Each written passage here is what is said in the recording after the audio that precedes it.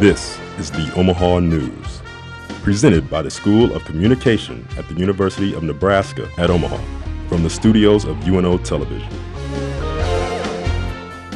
Hello, I'm Sam Petto. And I'm Melissa Ballerin. Welcome to the Omaha News. Thanks for joining us. Experts say we are coming out of recession. With the UNO Job Fair coming up, this may spark hope for those that are unemployed. More on that later.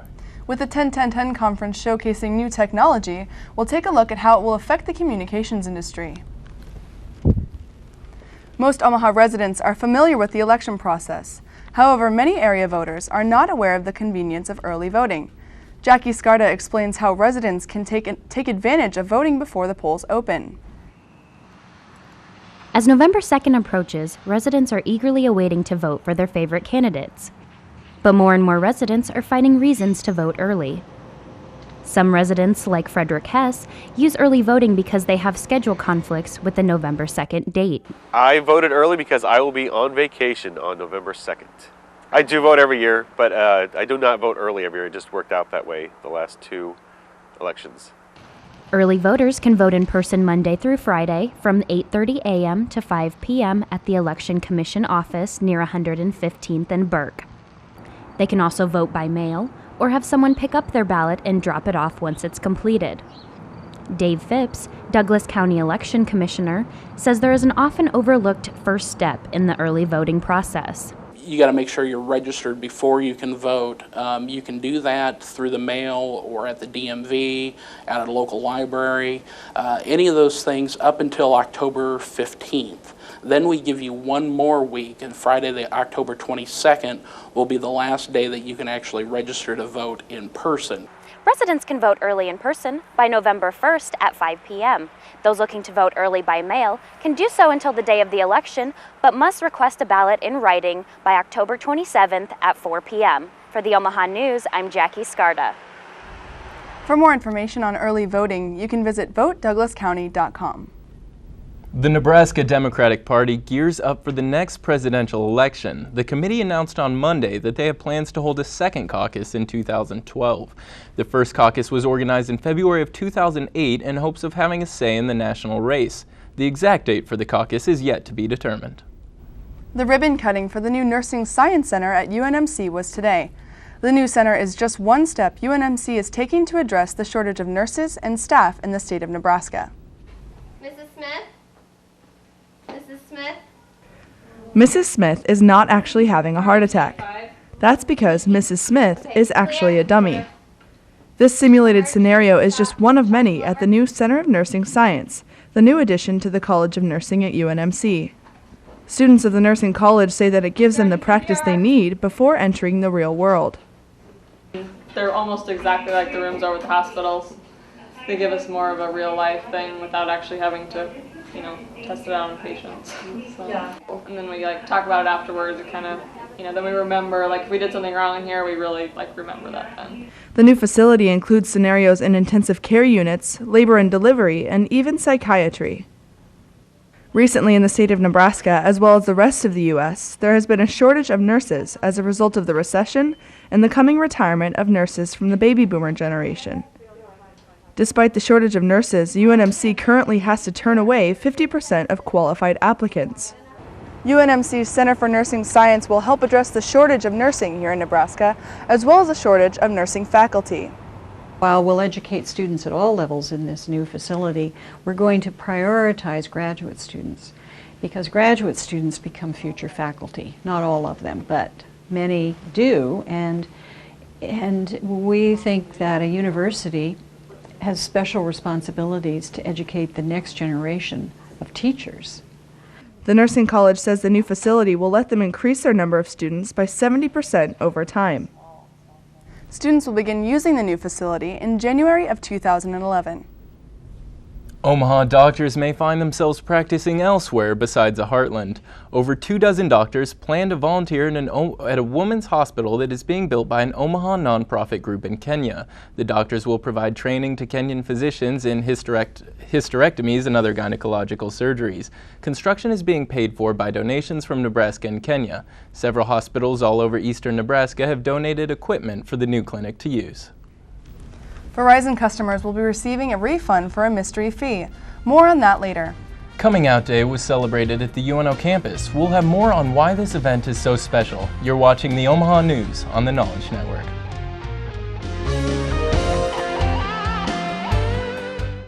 UNO Television. Students work with professionals who have all kinds of experience in the industry. Lights, camera, action. Literally. Get paid while you learn more about the TV business. Work on all kinds of productions. My friends who worked on TV crew last semester are now working part-time at local stations. Working on TV crew is a great experience. UNO Television. Student crew, professional staff, award-winning results. Breathtaking. Electrifying. Inspiring. Award-winning documentaries produced by UNO Television offer you a window on the history of Omaha and the world. Beginning with the acclaimed 2-hour documentary on the history of Omaha, If These Walls Could Speak, UNO Television has developed a reputation for producing high-quality programs that explore, educate, and enlighten. These outstanding productions can be part of your home video collection. For information about purchasing VHS or DVD copies, call 554-2516 or visit our website at unotv.unomaha.edu.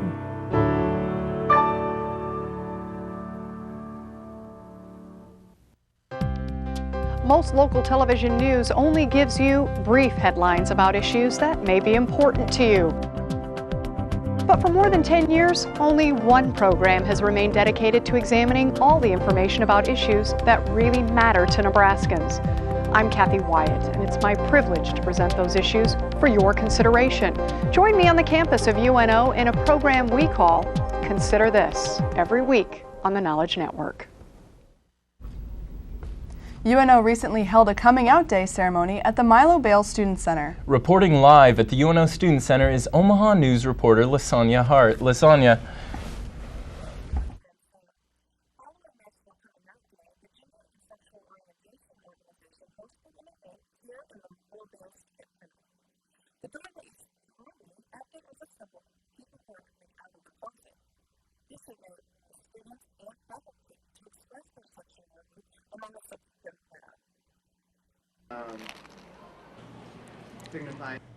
National Coming Out Day is celebrated on October 11th each year.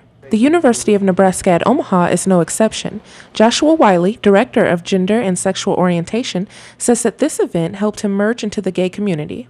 I was an hysteric mess, but my main goal was just to be more comfortable being in the LGBT community.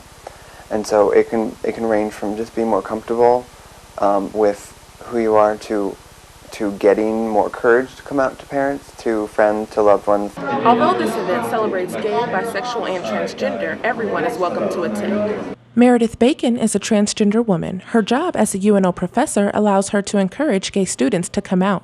What I think I and Professor Bramlett and other LGBT faculty and staff members can do is to be examples, to be, well, I don't want to call them role models, but examples that you can come out of the closet and survive and thrive. UNO student Sean Campbell has many benefits. I'm here for the free food as part of it, but mostly the event. I like, listening to what the people have to say.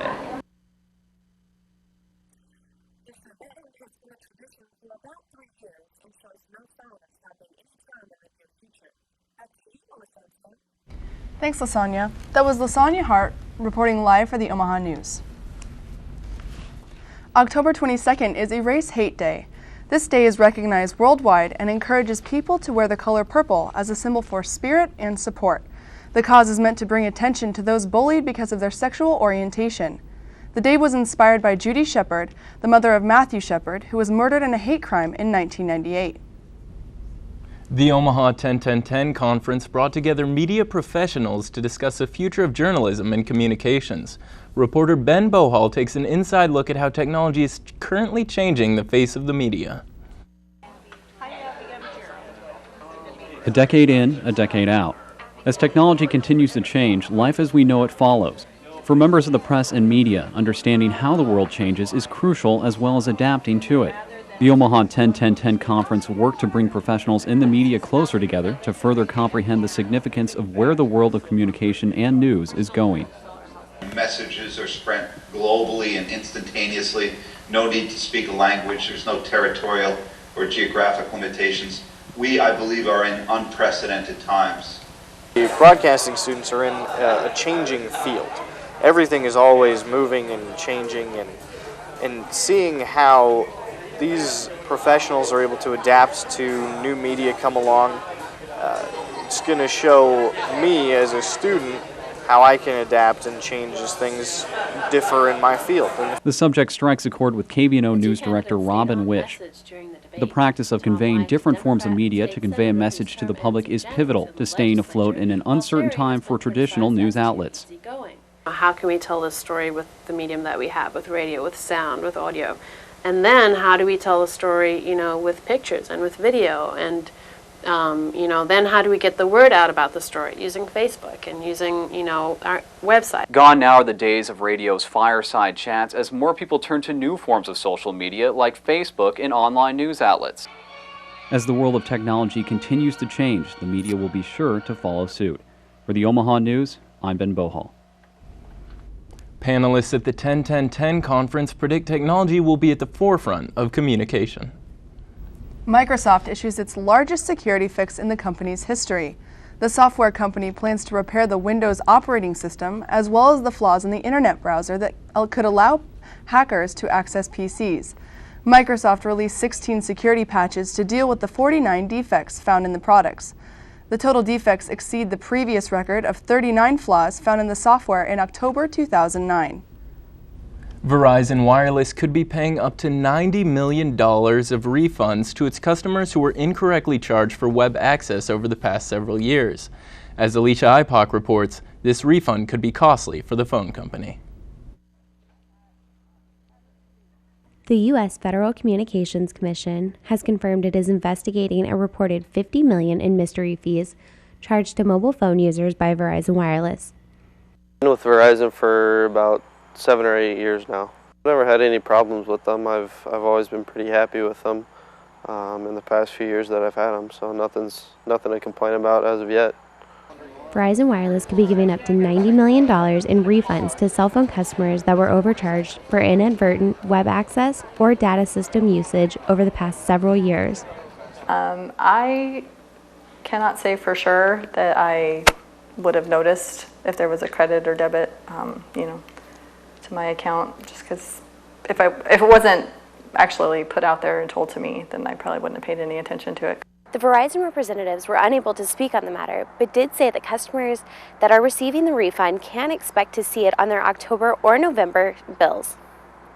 I'm aware of it, but my statement is taken out directly from my checking account, so I haven't checked that and don't exactly know what they've charged me for, so I don't know if I apply for the refund or not. Customers no longer with the company will receive checks through the mail, and some refunds may exceed the $2 to $6 average range. The defect in Verizon's phone software caused at least 15 million wireless customers to be charged the data fees. A UNO fraternity is raising awareness about the homeless in our city. More on that after the break. We'll also be talking to Lisa Mellon about the upcoming dinner fundraiser held to honor former U.S. Secretary of State Condoleezza Rice. You're watching the Omaha News on the Knowledge Network. Nebraska at Omaha is where you'll find unlimited possibilities. At UNO, our 15,000 students are learning what they need to know to join the workforce of tomorrow. With 200 programs, students participate in innovative academics and are engaged in dynamic campus and community life. The University of Nebraska at Omaha. Step up to the metropolitan advantage at bmav.com.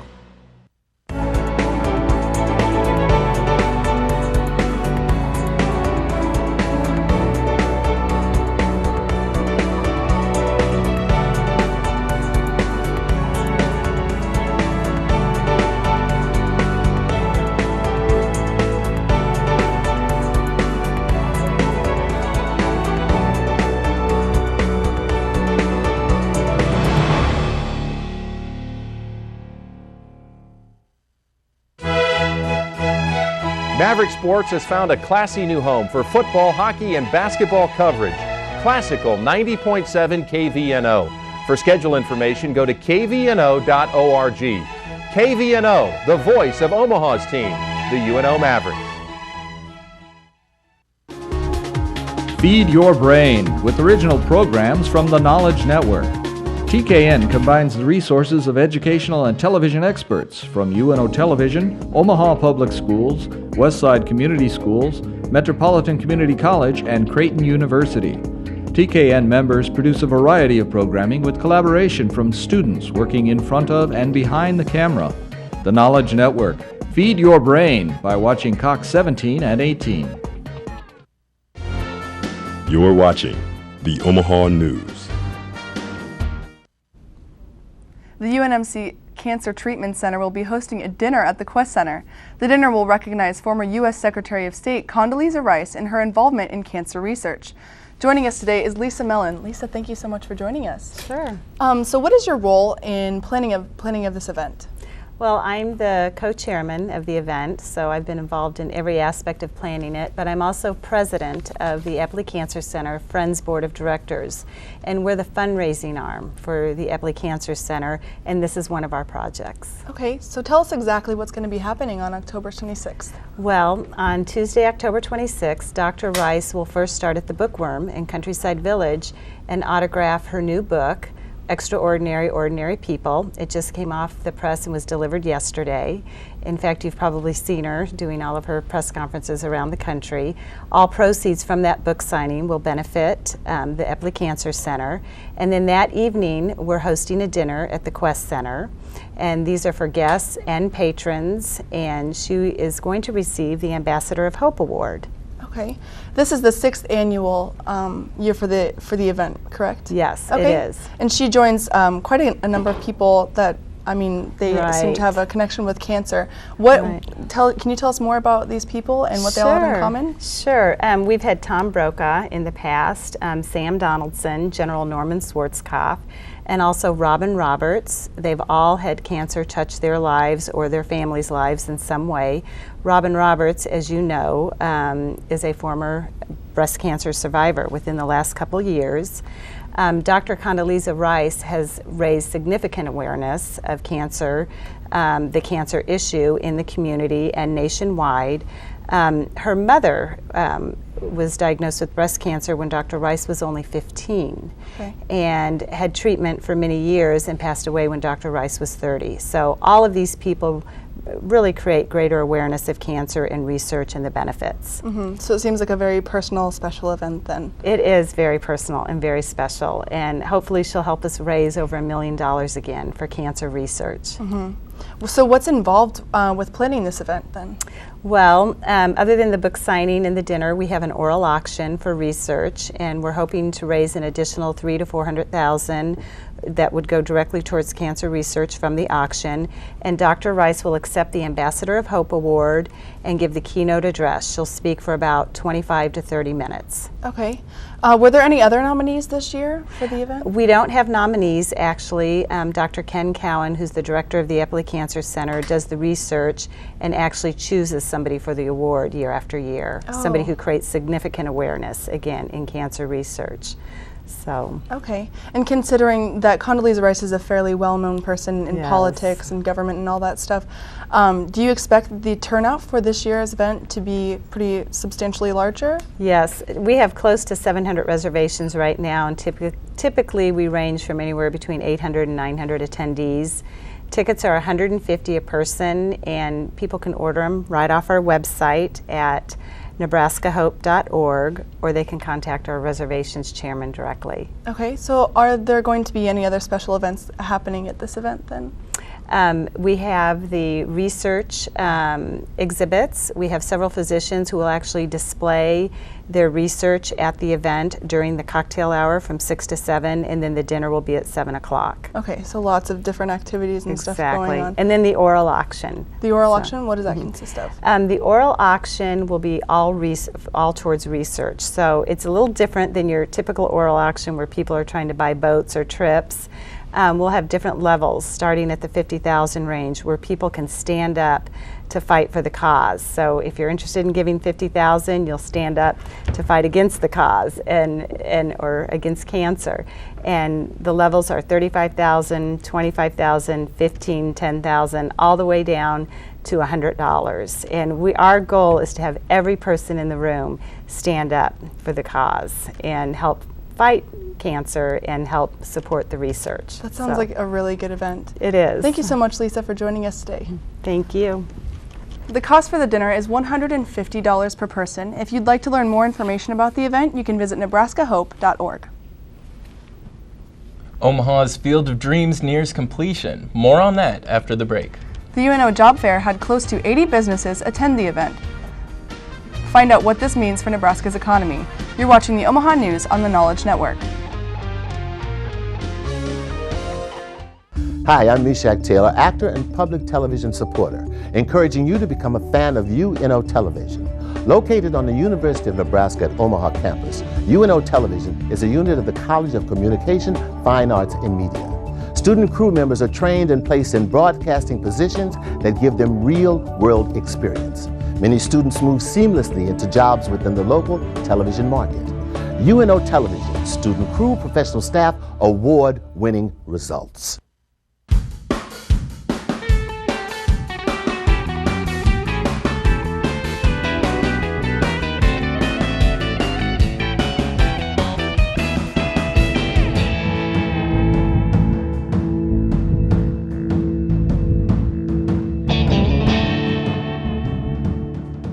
Watch ICU Learning English on the Knowledge Network on Cox 17. Only one program has remained dedicated to examining all the information on issues that really matter to Nebraskans. Watch Consider This, a program produced by UNO Television to give you more information than your typical newscast. If you're an Omaha kid feeling tired and slow, here's the numbers you ought to know. Eat 5 fruits and veggies every day. Drink 4 glasses of water, okay? Eat 3 foods from the dairy scene. And just 2 hours in front of the screen. Now take 1 hour to move around. And that's the Healthy Kids Countdown. For games, ideas, and other fun stuff about 5, 4, 3, 2, 1, go. Visit livewellomahkids.org. But don't stay long.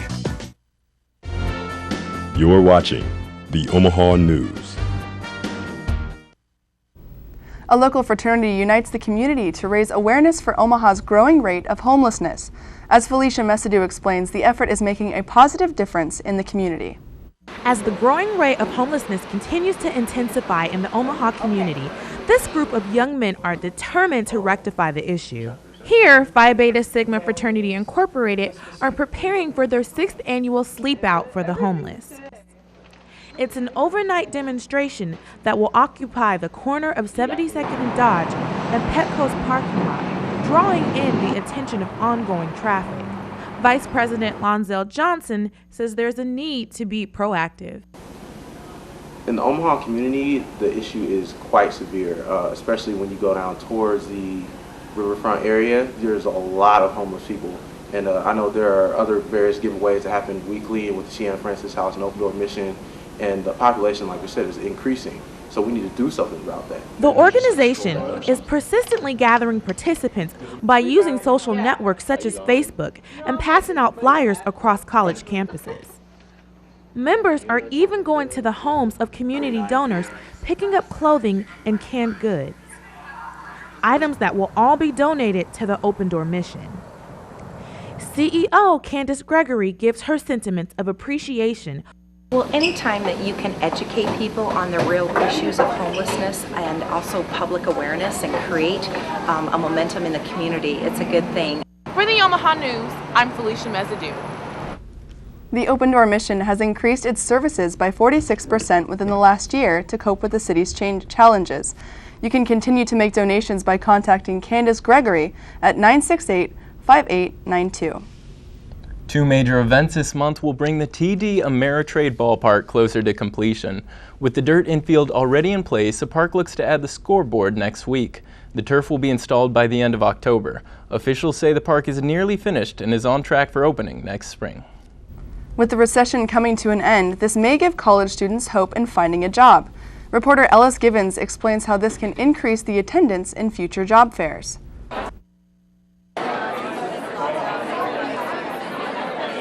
At this point, I'm looking for a year or two of work experience and then to go back to school, because at this point, even to be competitive in the job market, you almost have to have a professional degree or a master's.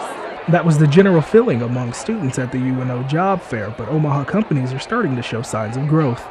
They project our industry to grow by over 40% in the next 10 years, so there is a huge need for people in our industry, which is insurance and financial services.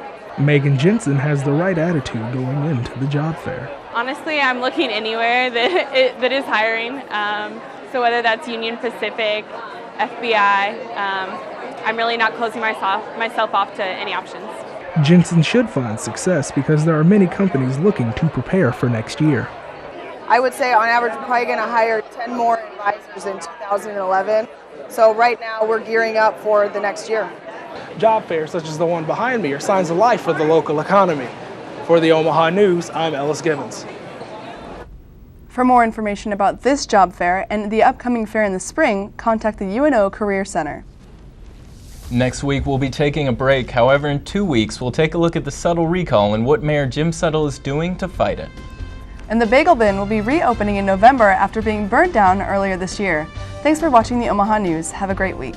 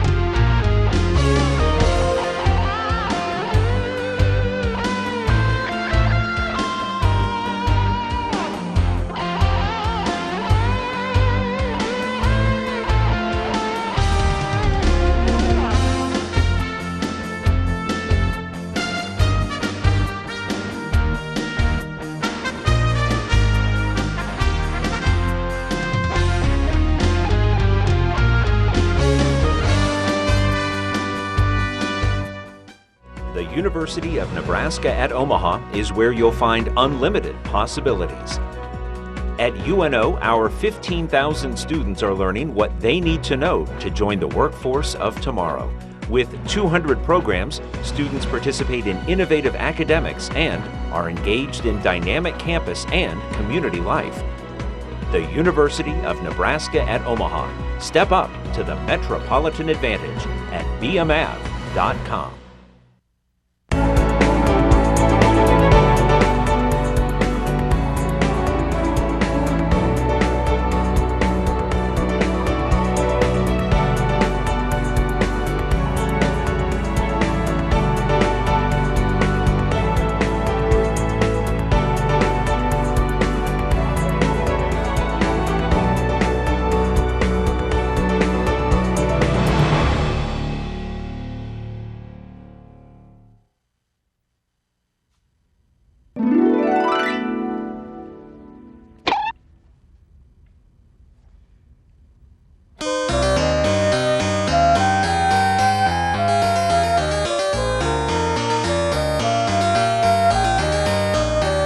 Find your inspiration with Classical 90.7 KVNO.